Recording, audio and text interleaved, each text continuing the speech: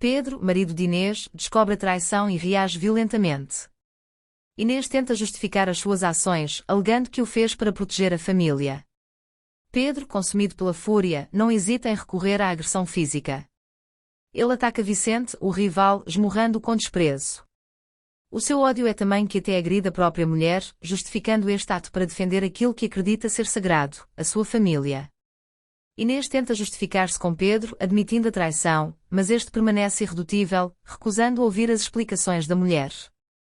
Inês toma decisões drásticas para proteger a sua família, chegando ao ponto de planear a morte de Gertrudes.